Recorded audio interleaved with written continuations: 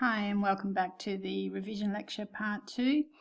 This video concentrates on tech-free questions that I've cut and pasted from past VCAA exam papers, focusing in on the functions and transformations and things that are going to be in your first SAC, so chapters 1 through to 4 in your textbook. So the first question here is looking at a quadratic graph, and you've been asked to in part A find the value of A. So A is over here, the x-intercept. So like any x-intercept, we know that that occurs when y equals 0.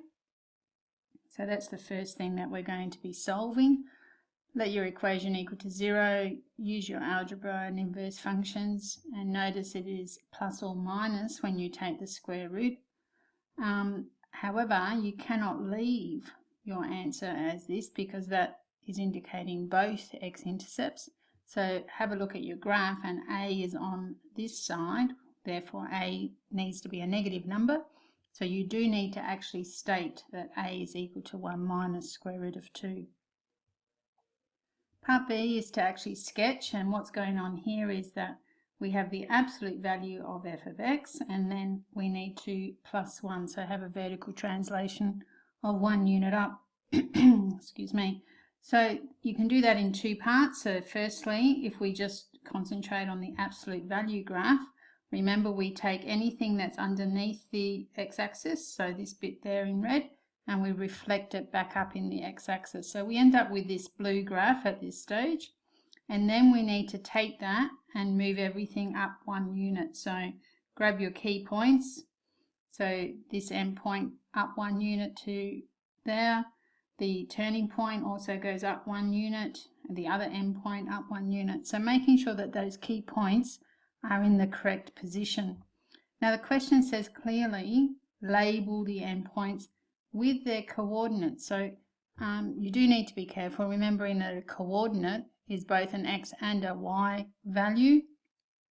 So you do need to label the endpoint when x equals 2. Make sure that you have the correct y value of 2. And then on the other endpoint, when x equals negative 2, that the value is actually at 8. Next, we take the graph, and we are given 3 transformations in a particular sequence, and we need to come up with the rule of the image of G. So we start off with G between negative 2 and 2 of that particular function, and then we need to translate 1 unit in the negative direction of the x-axis. So in other words, 1 unit to the left. We need to go 1 unit in the negative direction of the y-axis, so in other words 1 unit down, and we need to dilate from the x-axis of a factor 1/3. So every y coordinate gets multiplied by 1/3. So making sure that we have our rule. Now 1 unit to the left means that we need to add 1 inside to the x. So if I add 1 here, x minus 1 plus 1 is just x. So that's why we have just x over here. Subtracting 1 at the end, that's our vertical translation of 1 unit down. So to this plus 1 at the end, I need to subtract 1, which leaves me with nothing. And then the dilation, so multiplying by 1/3. If it's from the x-axis, remember the 1/3 goes in front of the rule. So it's 1/3 times the absolute value of x squared minus 2.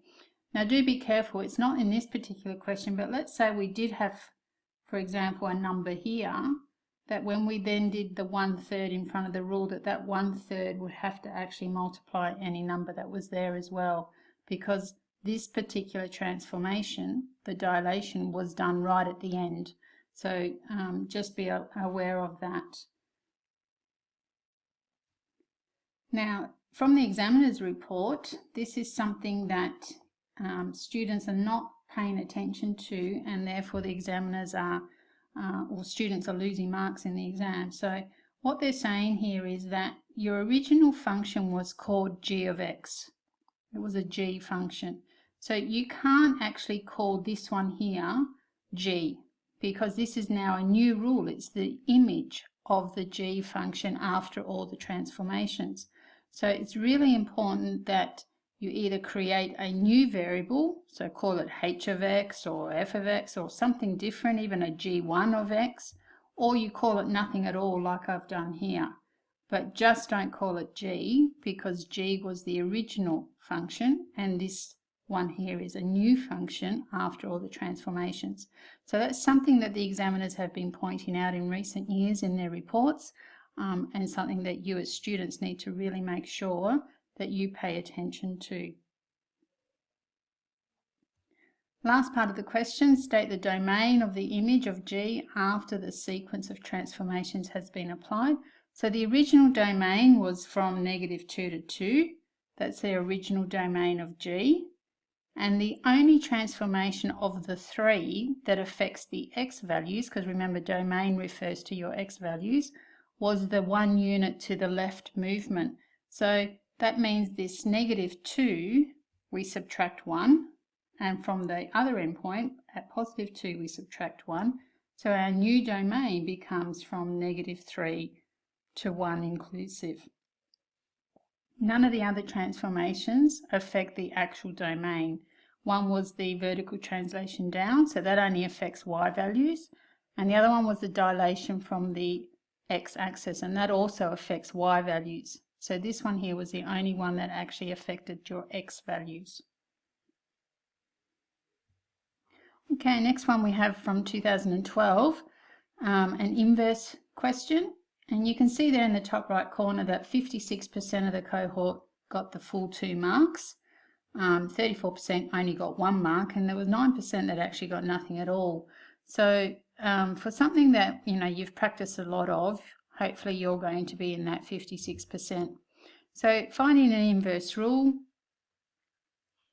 remember that the question has been written as h of x equals that particular rule. So you do need to state in your working out, let y equal the rule, and then that you have to swap x and y to find the inverse. And then the rest is just your actual algebra doing that. So once you've swapped x and y, rearranging the equation to make y the subject. But then pay attention here, you don't leave your inverse as just y. You rewrite it as your inverse function notation. So if I started off with h of x, then my inverse is h to the -1 of x, whatever the rule is, and then most importantly, the actual domain. So whenever you're finding an inverse function, you must include the domain.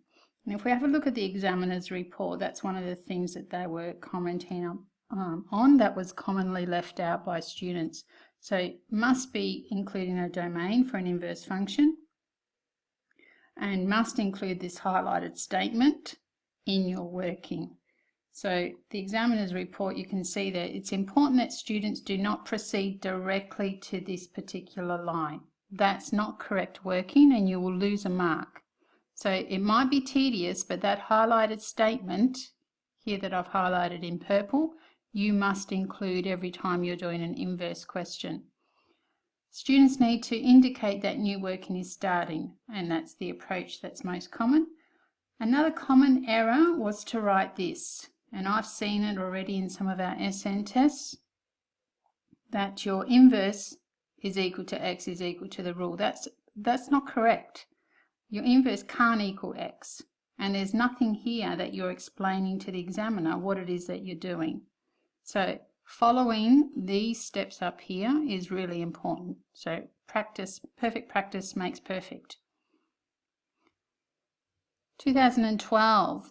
This is actually surprising that only 46% got full marks for this, because it's just sketching a graph that's actually gone or undergone some transformations. So it's an absolute value graph. So knowing that your basic absolute value graph looks something like that, and then that this negative sign here in front means that it's reflected in the x-axis. So now it looks like that. This here inside the absolute value sign, so it says -3, so we're going to go 3 units in the positive x direction. So now it looks like it's over here. And then this +2 at the end means grab that cusp point or that key feature and move it up 2 units. and that creates, two x-intercepts. And so you need to obviously find that. So what it looks like is that absolute value function. And why have I stopped at these 2 points is because of the domain. I'm only drawing it between 0 and 5. 5 actually ends up being one of my x-intercepts. The other one here, this one here, the examiners have said in their report, was a common omission. So for some reason, it was actually left out of the points that got labelled from students. So students labelled these 2 endpoints. They even labelled this one, even though that the question didn't ask for it. It only asked for intercepts and endpoints. So there was actually no mark allocated for giving the coordinate of the cusp. But for some reason, they left this one out. So just be careful that you actually label all your x-intercepts and your y-intercepts and your key features. And that's what was going on here. The other thing, though, surprisingly, was this bit here, that some students indicated their coordinates of an included endpoint in square brackets. So what they're saying is that this particular endpoint, some kids wrote it as this, which is incorrect because the square brackets actually indicate an interval. It's a domain. So we're saying from 5 through to 0, whereas a coordinate should always be given with the rounded brackets. So that was surprisingly something that was happening quite often in that particular exam question. Continuing from that, we take one particular point. So in this case, it's 0.32.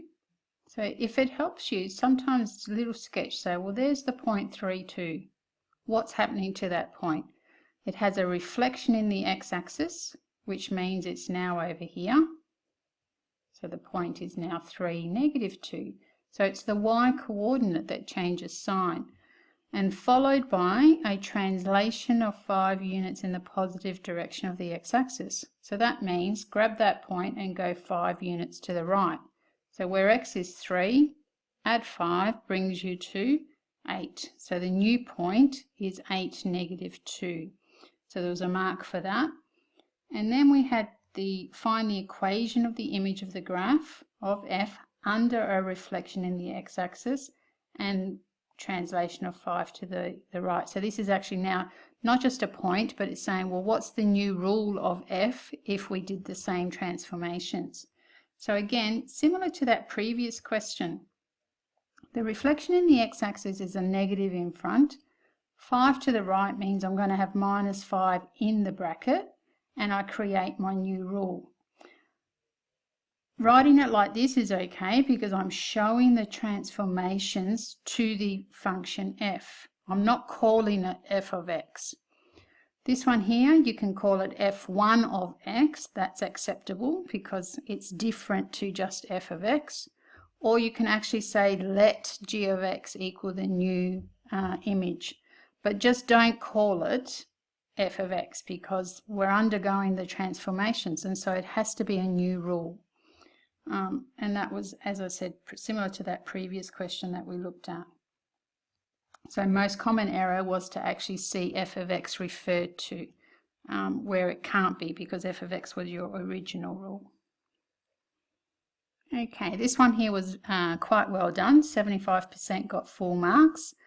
And we're just trying to find the value of c and d in this composite function. So most students this particular year knew that they had to substitute the g of x rule inside their f of x rule. So they're going to put x plus 5 over here into x squared, and then they had to expand and simplify. So one step that's not shown here is that the x plus 5 squared is actually x squared plus 10x plus 25, and then you had the -9. So 25 minus 9 is 16, and then factorised 2 times 8 gives me the 16. So you had to actually go from that. You can't just stop there and assume that the examiners know that your c and d are those values. So you had to actually state, therefore, c is 2 and D is 8. Or if people wrote it the other way, some people might have written it this way, x plus 8 and x plus 2. And so therefore C would have been the 8 and D would have been the 2. So both versions are acceptable. So just to get full marks, actually state the values. Don't just leave it as you're working. And then maximal domain, a reminder that maximal domain, you're saying to yourself, is there anything that x can't be? You know, what values of x are going to make this function defined? So we're dealing with a square root function. So underneath this square root sign has to be greater than or equal to 0. And so this here, recognizing that that's a quadratic, and so students often get this the wrong way around. And so being able to say to yourself, well, okay, well that's a quadratic, and I've got -2 as an intercept and -8 as an intercept. And it's a positive quadratic, so it looks like this. And where is that greater than 0? Well, here and here. So I don't want this bit here. I want x less than -8 and x greater than -2. And that part of the question was actually poorly done, as most kids for some reason gave this blue section here between -8 and -2, whereas we really wanted the red and the pink section. So just be careful of that, and remember that like a sketch can often help you avoid making that silly mistake. Next we have our famous questions on whether it's an infinitely many solutions or a unique solution or no solution, and being able to pick up on those keywords and realize that the first step would be to find your determinant and know that, well, for a unique solution, a determinant's not equal to 0, but for infinitely many or no solution, the determinant is equal to 0. So that's your first step, solving when is your determinant equal to 0, and remembering that your determinant can come from setting up your equations or the coefficients of your equations, so k and -3 and 4 and k plus 7 in a matrix form, and the determinant coming from my little fish, k times k plus 7 minus -3 times 4. So you end up with this quadratic, and you're solving when does that equal 0, when k equals -3 or k equals -4. But you don't know at this stage if that's infinitely many or no solutions. So you have to actually substitute these values one at a time back into your original equations and test. For no solutions it would be same gradient but different y-intercept. But for infinitely many solutions you'd have same gradient and same y-intercept. So when you actually substitute them back in, you get, for example, at k equals -3, rearranging this equation, sorry, done it again, you get a gradient here of -1, and here -4/4 is also -1, so that's the same gradient, but for this first equation there is no y-intercept, or in other words it's at 0, and then the y-intercept here is at 1/4. So same gradient but different y-intercept, so that's a no solutions when k equals -3. Then test when k equals -4. Don't just assume it's going to be the other one, because sometimes you get both values giving you the same scenario. So when k equals -4, we end up with these two equations. So this one has a gradient of 4/3 negative, and this one here also has a gradient of -4/3. Has a y-intercept of -1/3, so positive 1/3, and this one also has a y-intercept of positive 1/3. So same gradient, same y-intercept means it's the same line, and so you have infinite solutions. And make sure you clearly state infinite solutions when k equals -4. And then part B, you've done all the hard work. Part B is saying, well, when do we have a unique solution? Well, unique solutions when the determinant's not equal to 0, so it's any real number except for those two values of k, so except for -4 and -3. So we've practiced a lot of those in class. Hopefully you keep practicing and you've got the hang of those questions, because you should well and truly be in this top 25% getting full marks for that type of question. This one's another example of a composite function, and this one threw some kids in 2010 because it was f of x. So you're actually putting the f of x rule back inside the f of x rule. And so, students sort of got a little bit lost because of that, because they're so used to seeing different variables for different functions. So putting 1 on x squared into 1 on x squared and rearranging or being able to divide by a fraction, giving you x to the power of 4, and then remembering that for a composite function that the domain is actually the domain of the function you put inside. So this one here, f of x. So it happens to be any positive real number. Part B, we're actually using the inverse and then substituting 16, so the inverse of 16. So the first thing is to actually find your inverse rule. So remember, let y equals g of x and then swap x and y to find your inverse rule. Work it out, and remembering that when you take, just like when you take the square root of a number, it's always plus or minus. So any even root, so even the 4th root or the 6th root, is also plus or minus. But once you've got that, you then need to say, well, which one is my actual inverse? Do I want the positive 4th root or do I want the negative 4th root? And to answer that, you look at the actual range of your inverse, which comes from the domain of your original. So remember, the domain was my any positive real number. So therefore, I only want the positive, excuse me, the positive square root, 4th root of 16, which is just 2. The most common error here was that students ignored the domain, and so they gave both the positive and the negative 4th root of 16. So they included both positive and negative 2. This one is an example of using matrices for our transformations. So remembering that your matrix, or your transformed matrix, x dash and y dash simply stand for your new x value or your new y value, the transformed x and y. And this has come from multiplying your matrices by hand. So remember, this row times this column, so 3 times x plus 0 times y is 3x, then minus 1 gives me the 3x minus 1, and this row by this column, so 0 times x plus 2 times y is 2y, plus 4 is the 2y plus 4.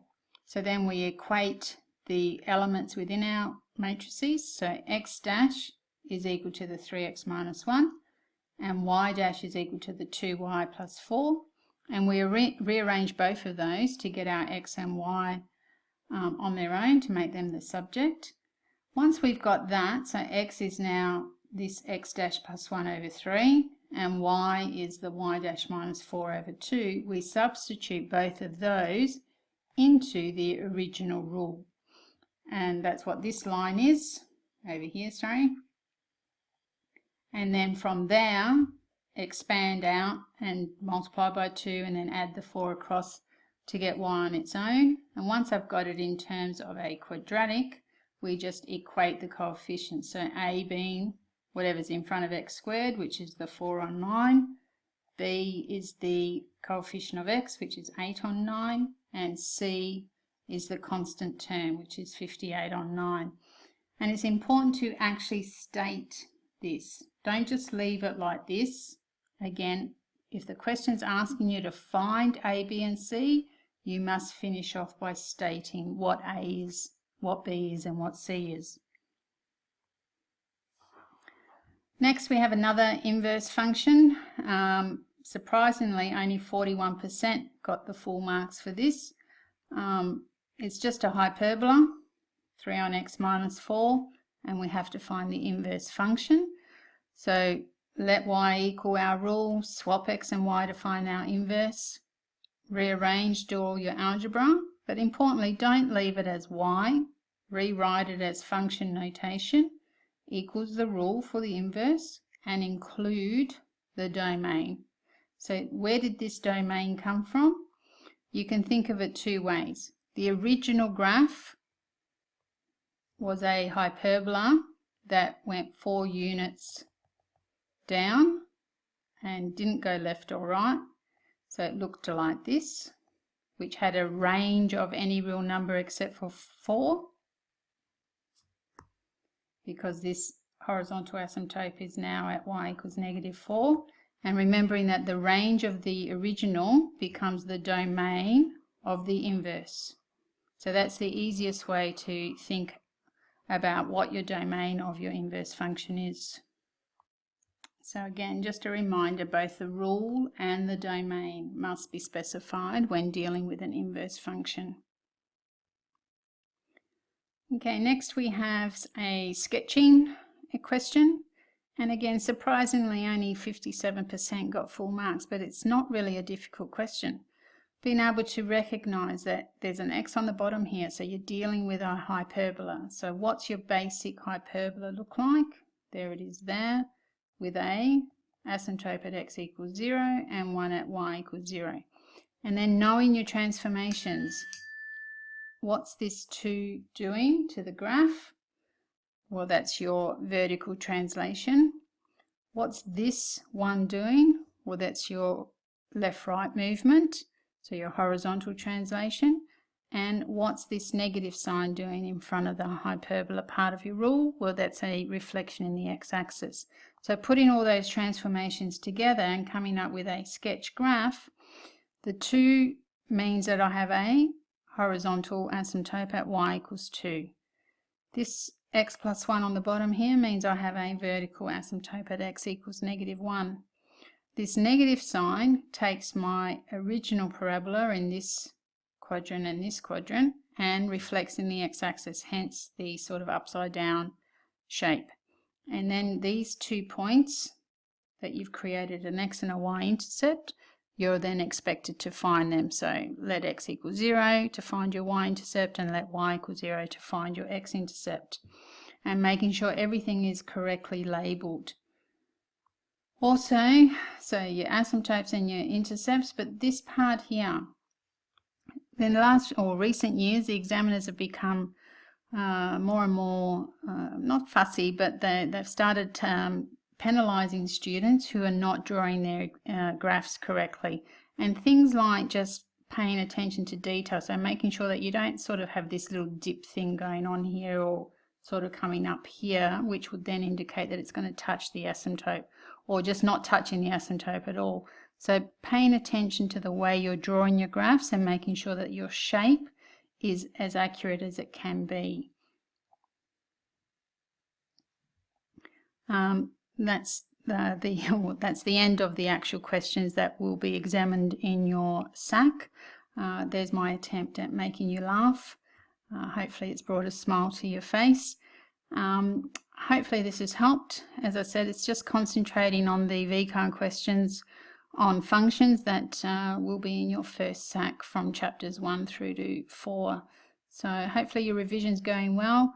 If you still have questions, be sure to let us know, or even respond to this video and I'll answer them. And remember, if it's helped, just push that like button and let us know. Good luck with the rest of your revision.